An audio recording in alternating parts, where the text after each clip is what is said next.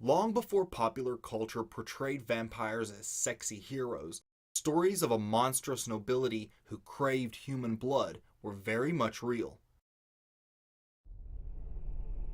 Elizabeth Bathory, the notorious Blood Countess, was a 17th century Hungarian noblewoman who systematically murdered numerous young servant girls, not only bathing in, but consuming their blood. The tortures went on. From bathing, it was only one step to drinking. Elizabeth would pierce the flesh of a victim, hoist her up to the rafters, then swallow the blood as it ran down. Could there really be a sect among society that is actually addicted to blood? And if so, why? Deeper research shows the reason might lie in a certain hormone which floods our bodies during times of intense fear or excitement, adrenaline. So adrenaline is a substance that your body releases into your bloodstream when you're in a potentially dangerous situation. It's responsible for the fight or flight response in mammals, heightening senses and increasing strength and energy. In some ways, the fear response gives us superhuman powers. Superhuman powers. You find that you're able to really concentrate. You're able to use muscular strength to an extent that otherwise would be impossible. Basically, these chemicals that cascade into our bloodstream and flood into our brain, they change the way we think and they change the way our bodies function. We don't feel pain. In the right conditions, it can be exhilarating and downright addicting. Thus the term adrenaline junkies.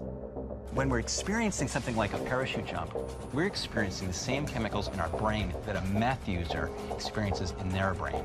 So absolutely, you can become addicted to that sensation.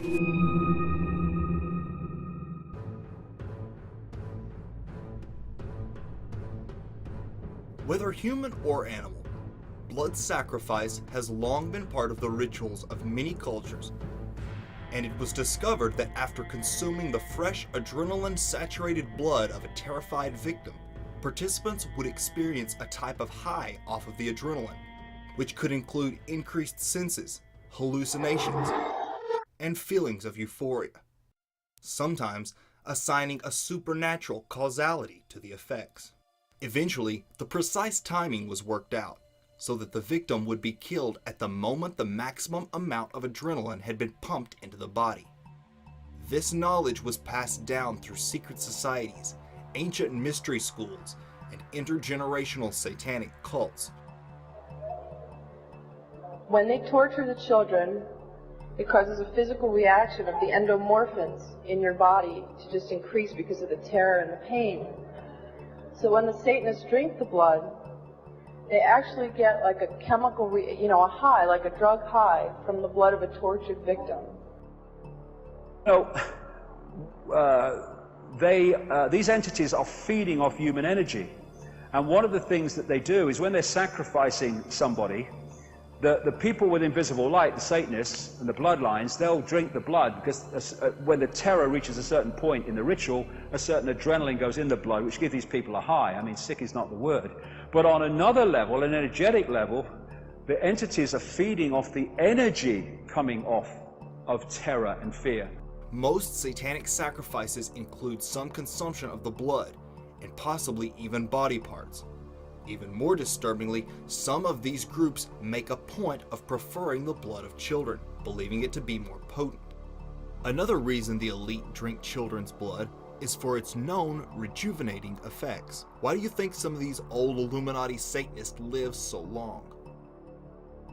It turns out that drinking children's blood is an anti-aging device. This is just really sick and disgusting, but it's a fact. It's a chemical fact.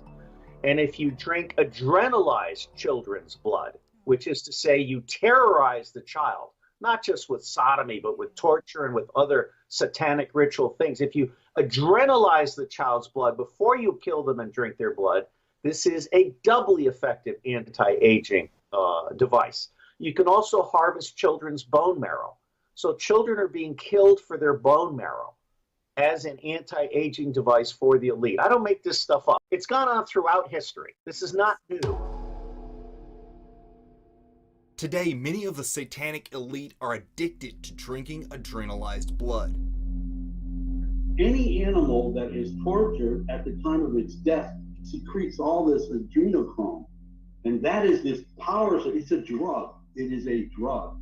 And these people are addicted to it. And because they call upon interdimensional demonic forces or to help do their bidding, they also believe anyway that they have increased power. And perhaps they do. Numerous survivors have attested to satanic sects engaging in ritualistic consumption of adrenalized blood, experiencing a high from the adrenaline.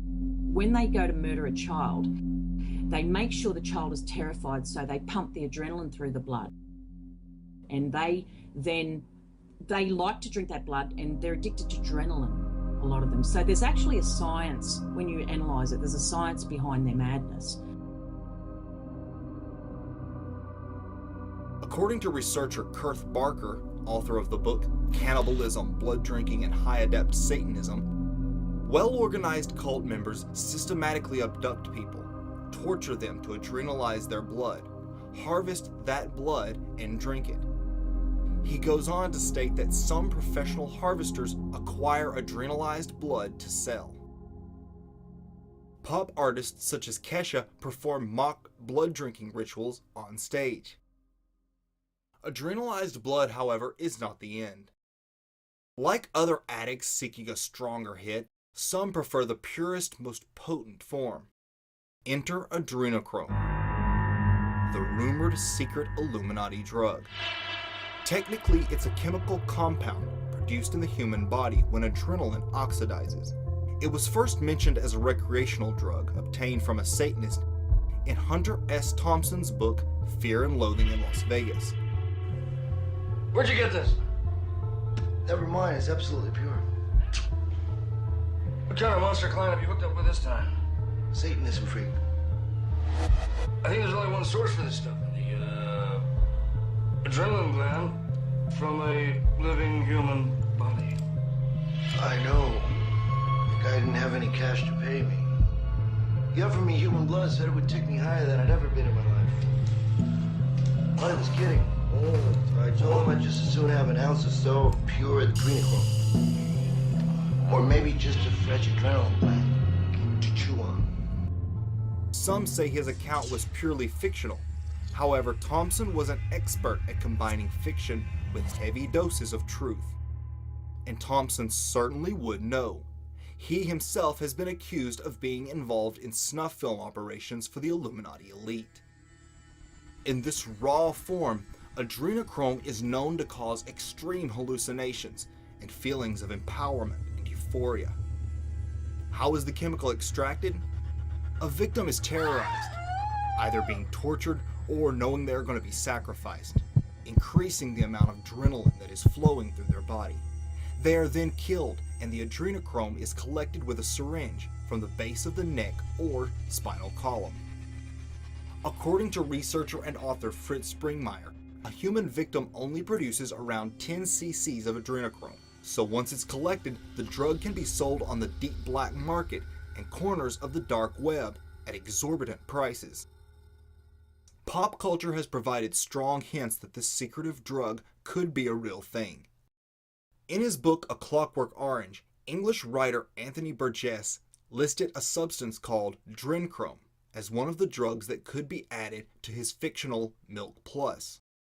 Stanley Kubrick later chose to make this as a film, and some researchers have speculated it's about adrenochrome. In 1982, British rock band Sisters of Mercy released a song called Adrenochrome, which mentions the mysterious substance several times.